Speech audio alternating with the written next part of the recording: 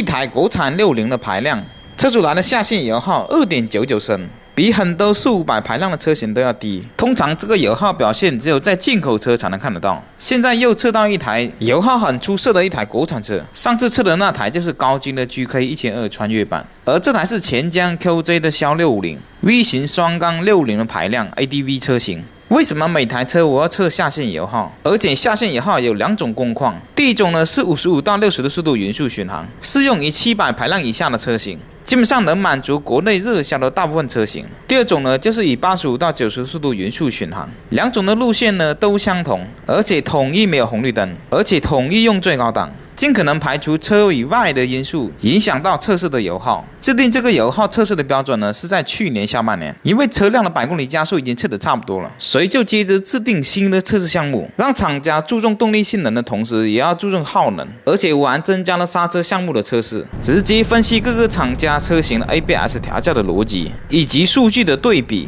因为我们中国摩托车的厂家有一些是踢一下动一下，踢一下动一下的，所以近年呢，我会偏重耗能和刹车 ABS 这一块。因为我的视频很多厂家都在看了，这样呢，他们就更加能相互之间了解对手的调教情况，而且我们消费者观看也能更加了解各品牌车辆的性能差异。骁60呢，60的速度大概转速在2400转左右，油门的开度呢很小，也就是5%左右。小油门开度呢，动力响应呢拿捏的比较好，没有调得特别冲，把速度定到想要的数值比较稳。之前我就测过一台车，最高档把速度定到58很难，拧一点油门就飙到60以上，收一点油门又掉到55。一档呢骑起来更加冲，需要不断的切离合或者是半离合行驶。说过之后呢，不过后面它改进了，这样的调法呢用于越野车、还有拉力车以及 ADV 的越野模式会相对合适一些。如果 ADV 没有动力模式选择，也这样调的话会比较不合适。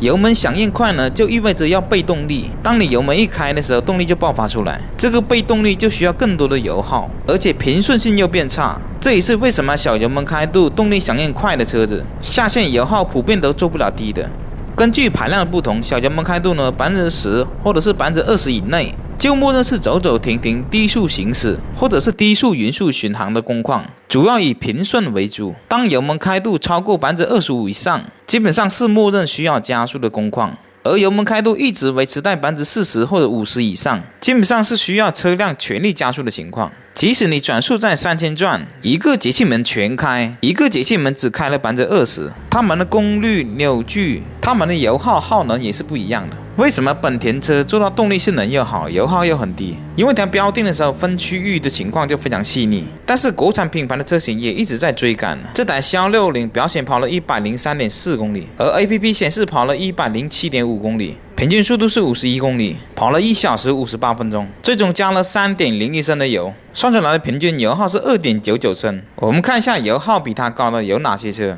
这样一对比呢，一目了然。而且所有的车测试的方法路线都是一样，为了更加全面的反映车辆的耗能，我还测了85到90的速度匀速巡航的油耗。90的速度呢，大概转速在3600转左右，油门的开度在10%这样。跑了105.78公里，平均速度是73.2，用掉了3.6升的油，算出来的平均油耗是3.4升。相对于650排量，同样是算省油的。那些比它排量小、车重轻、油耗也比它高了，该反省一下了。把节气门开度15%以内的动力调缓一点就行了，或者是增加一个1口模式，增加差异化，提高驾驶的乐趣。这台车骑起来介于 DS525X 和春风450NT 之间。它60的排量会比想象中要灵活，这个呢比较容易理解。我们看发动机结构就知道了，它是 V 型双缸的结构，它的重量更加靠中线，所以发动机的宽度是不大的，重心也更加集中，这对操控是有利的。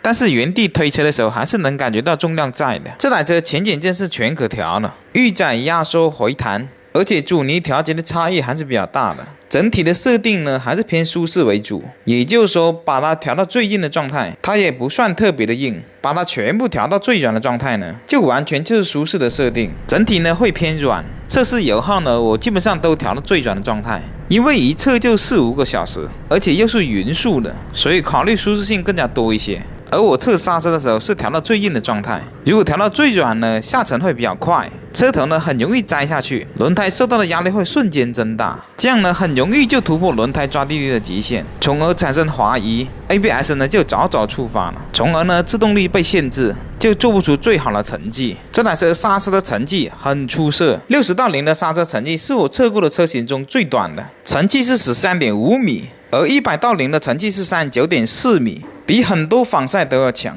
它是怎样做到的呢？我们接着看下一期。